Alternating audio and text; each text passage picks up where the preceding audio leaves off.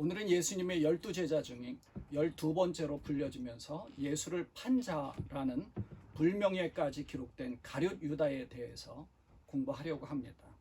사전에서 가룟 유다를 찾아보면 악마의 하수인 배신자의 대명사로 되어 있습니다. 원래 유다라는 이름의 그 뜻은 굉장히 좋습니다. 하나님의 찬양 받는 자, 이런 의미가 있거든요. 그러니까 예수님도 유다 지파의 후손이고 야곱의 아들들 중에서 유다가 장자권을 물려받으면서 그 후손으로 예수님이 세상에 오실 정도로 유다의 이름은 아주 좋은 이름이었습니다. 신약 성경에 유다서를 기록한 것으로 알려진 예수님의 형제 유다도 있고요. 또 예수님의 제자 중에 저희가 지난주에 공부를 했던 가룟인 아닌 유다로 알려진 다데오도 있었습니다. 이스라엘의 독립항쟁을 이끌어 유대인들 모두가 존경하던 그런 사람 이름도 유다 마카비우스였습니다. 그런데 지금은 유다라는 이름이 아주 저주스러운 이름이 되어버렸습니다. 가룟 유다가 생각나기 때문에 어느 누구도 유다라는 좋은 이름은 사용하지 않고 있습니다. 가룟 유다에서 이 가룟이라는 말은 유다 지파의 남쪽에 위치한 우리가 잘 아는 헤브론 바로 아래에 있는 그리옷이라는 마을 출신인 것으로 보입니다. 여호수아 15장을 보면 가나안 땅을 정복한 뒤에 유다 지파가 분배받은 땅의 이름 중에 그리옷이라는 그런 지명이 나옵니다. 그러니까 예수님의 제자 중에 갈릴리 사람이 아닌 남쪽에서 온 사람으로 판단이 되죠. 헤브론과 그리옷은 이 예루살렘 바로 아래쪽에 위치해 있는데요. 갈릴리 출신들은 어부나 노동자 출신인 반면에 이 가룟 유다는 도시 출신으로 지식층에 속한 그런 자일 것으로 추측을 하기도 합니다. 우리는 이 가룟 유다에 대해서 몇 가지 의문을 가지게 됩니다. 왜 예수님은 가룟 유다를 선택하셨을까? 예수님은 처음부터 이 가룟 유다를 위험한 인물로 알고 계셨었나? 알고 계셨다면 언제부터 아셨을까? 또 가룟 유다의 이 위험한 행동을 멈추게 할 수는 없었을까? 만일 가룟 유다가 예수님을 팔지 않았다면 예수님은 죽지 않았을까? 이런 생각들을 많이 하거든요. 결론은요, 예수님은 처음부터 이 가룟 유다가 어떤 자인지 알고 계셨습니다. 요한복음 6장 64절 말씀에 보면 그러나 너희 중에 믿지 아니하는 자들이 있느니라 하시니 이는 예수께서 믿지 아니하는 자들이 누구며 자기를 팔 자가 누구인지 처음부터 아심이라, 이렇게 기록되어져 있어요. 그러니까 예수님을 팔 사람이 있다는 사실을 말씀을 처음부터 아셨다라고 말씀을 하시고 또 예수님 팔 사람이 누군지를 알고 계셨다는 거죠. 그 뒤로 이제 구체적으로는 이렇게 말씀하십니다. 내가 너희 12를 택하지 아니하였느냐? 그러나 너희 중에 한 사람은 마귀니라. 이 말씀은 가룟 시몬의 아들 유다를 가리키심이라. 그는 12 중에 하나로 예수를 팔 자라 라고 기록하고 있습니다. 그러니까 이 말씀을 보면 예수님은 가룟 유다가 어떤 사람인지 다 아시고도 제자로 부르셨던 겁니다. 그렇다면 여기에서 우리가 또 한 가지 의문을 갖죠. 예수님이 이미 다 아셨다면 가룟 유다는 예수님에게 이용당하신 건가? 그렇지 않습니다. 예수님은 가룟 유다를 믿고 변화시키고 싶어 하셨을 것입니다. 만일 이용하신 것이라면 아무런 암시도 주지 않으셨을 텐데 예수님은 가룟 유다에게 아주 여러 번 돌아올 기회를 주셨습니다. 경고하셨거든요. 최후의 만찬을 하실 때 적어도 그때만 해도 3번의 경고를 하십니다. 첫째, 제자들의 발을 씻겨주실 때 베드로는 자기는 안 된다라고 합니다. 그랬더니 예수님이 내가 너를 씻어주지 아니하면 내가 나와 상관이 없느니라. 그러니까 시몬, 우리가 잘 아는 시몬 베드로가 주여 내 발뿐만 아니라 손과 머리도 씻어주옵소서, 이렇게 나온 거예요. 그때 예수님께서 이미 목욕한 자는 발밖에 씻을 필요가 없느니라. 온몸이 깨끗하니라. 너희가 깨끗하나 다는 아니니라 하시면서 이는 자기를 팔 자가 누구인지 아심이라 라고 말씀하셨습니다. 그러니까 다는 아니라고 말씀하셨을 때 그때 제자들이 다 있었거든요. 다른 사람은 몰라도 가룟 유다 당사자는 자기를 말하고 있는 것을 알았을 것입니다. 두 번째는 예수님이 최후의 만찬을 하고 계실 때 너희 중에 하나가 나를 팔 것이라는 충격적인 말씀을 하셨습니다. 제자들 모두가 다 깜짝 놀랐죠. 그랬더니 예수님에게 제자 중에 어떤 제자가 주여 나는 아니지요 라고 대놓고 얘기해요. 그랬더니 예수님이 대답하여 이르시되 나와 함께 그릇에 손을 넣는 그가 나를 팔리라. 인자는 자기에 대하여 기록된 대로 가거니와 인자를 파는 그 사람에게는 화가 있으리로다. 그 사람은 차라리 태어나지 아니하였더라면 제게 좋을 뻔하였느니라. 이렇게 말씀하신 거예요. 예수를 파는 유다가 대답하여 이르되 랍비여 나는 아니지요. 대답하시되 내가 말하였도다. 바로 너다 라고 말씀하신 겁니다. 얼마나 직접적으로 찔림을 받았겠어요. 그런데도 깨닫지 못하고 있는 거예요. 세 번째 경고는 예수님이 너희 중에 하나가 나를 팔리라 이렇게 직접 말씀하실 때 베드로가 예수님에게 기대어 있던 그 요한에게 이렇게 누구냐고 물어보라고 하죠. 그랬더니 사도 요한이 누구냐고 물어보니까 예수님이 대답을 하십니다. 내가 떡 한 조각을 적셔다 주는 자가 그니라 라고 하시고 곧 한 조각을 적셔서 가룟 시몬의 아들 유다에게 주시니 이렇게 기록되어 있는 것으로 보면 이런 경고에 가룟 유다는 예수님이 모든 것을 알고 계셔서 자기의 생각이 잘못되었다는 것을 깨달았어야 한다는 것이죠.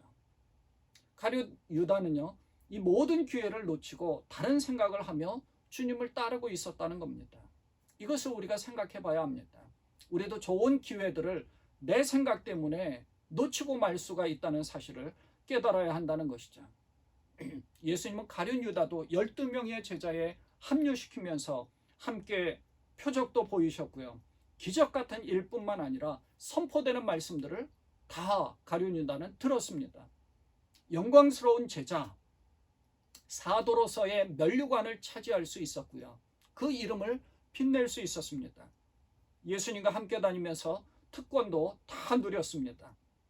예수님과 함께 3년 동안 지내면서 산상설교를 들었죠. 또 귀신을 쫓아내셨습니다. 예수님이 눈을 뜨게 하는 이적을 보이셨습니다. 안 들리던 사람이 듣게 되었고요. 말할 수 없는 사람이 말을 하게 되었습니다. 심지어는요, 죽은 자도 다시 살아나는 엄청난 하나님의 능력을 예수님은 보여주셨고 가룟 유다는 예수님을 따라다니면서 다른 제자들과 함께 그것을 보았습니다. 자연을 다스리었죠.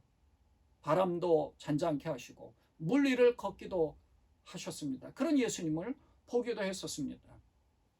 예수님은 이 가룟 유다를 또 믿고요, 재정을 맡기기도 했습니다. 예수님의 제자 중에는요, 숫자에 능해서 그 회계 업무를 전문으로 할 수 있는 그런 세리 마태도 있었습니다. 여러분, 우리 세리 마태를 공부하지 않았습니까? 세금을 잘 산출해서 로마에 세금을 내기도 한 이 전문가입니다. 그 전문가보다 더 신뢰할 만하다고 해서 가룟 유다에게 재정을 맡겼을 텐데 가룟 유다는 그렇게 생각하지 못했던 겁니다. 한 번은 마리아가 비싼 향유를 예수님의 발 밑에 부은 일이 있었습니다. 그러니까 가룟 유다가 이 향유를 어찌하여 300데나리온에 팔아 가난한 자들에게 주지 아니하였느냐 했는데요. 이때 요한이 이렇게 기록합니다. 이렇게 말함은 가난한 자들을 생각함이 아니요 그는 도둑이라 돈꾀를 맞고 거기 넣는 것을 훔쳐가미러라. 그러니까 이렇게 신뢰하고 맡겨진 직분에 대해서 가룟 유다는 가장 좋은 것을 잃어버리고 주님을 배신하고 자기 생각대로 탐심을 가지고 이 훔쳐가려고 그런 나쁜 생각을 가지고 있었다는 것이죠. 이렇게 신뢰를 받고 있었기 때문에 제자들 중에 누구 하나 가룟 유다가 설마 예수님을 팔 것이라고는 생각도 못했을 겁니다. 예수님이 직접적으로 너희 중에 하나가 나를 팔 것이라고 말씀하셨어도 제자들은 가룟 유다는 절대 아니라고 생각했을 것입니다. 수제자인 베드로보다도 오히려 더 믿을 수 있는 그런 사람이라고 생각했을지도 모릅니다. 재정을 맡아서 모든 돈 관리를 했었거든요.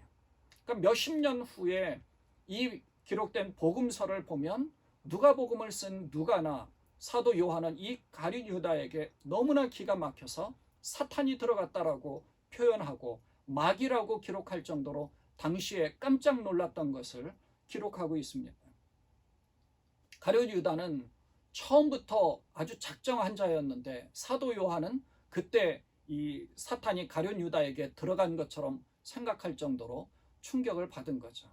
요한복음 13장 2절 말씀에 보면 사도 요한은 이렇게 기록합니다. 마귀가 벌써 시몬의 아들 가룟 유다의 마음에 예수를 팔려는 생각을 넣었더라. 그러니까 가룟 유다는 이미 그런 작정을 하고 있었던 거죠. 그러면 가룟 유다는 그럼 왜 예수님을 배신하고 예수님을 팔았을까요? 어떤 분들은 이미 예정되었다면 변화될 가능성도 없었던 것 아닌가라고 말씀하시기도 합니다. 또 어떤 분들은 예수님의 구원 사역을 완성하는 그 십자가 죽음의 일조였으니 오히려 상을 줘야 되는 것 아니냐, 그런 분들도 계십니다. 물론 어떤 이단에서는 그렇게 주장을 하기도 하죠. 말은 그럴듯합니다. 하지만 그렇지 않습니다. 이미 예정되었다는 것은 그 가룟 유다가 정해진 것이 아니라 예수님의 구원 사역이 정해져 있었던 것이고요. 방법론적인 측면에서는 만일 가룟 유다가 회개하였다면 예수님은 다른 방법으로 이 구원 사역을 완성시키셨을 것입니다. 그래서 예수님은 가룟 유다에게 여러분의 기회를 준 거죠. 예수님은 구체적으로 경고하시기도 하셨는데요. 그러나 당사자가 깨닫지 못하면 실패의 나락으로 떨어질 수밖에 없는 겁니다. 구약의 예언이 이제 성취된 것인데요. 구체적으로 가룟 유다가 지목된 예언은 없습니다. 그의 제자에 의해서 배반당에 팔려서 죽게 된다, 그런 예언도 없습니다. 구약의 예언은요, 메시아가 세상에 오셔서 고통당하고 죽으시지만 사흘 만에 다시 살아난다는 그런 기록이 있습니다. 그러니까 예정되었다는 것 자체로 가룟 유다를 지목할 수는 없는 것이죠.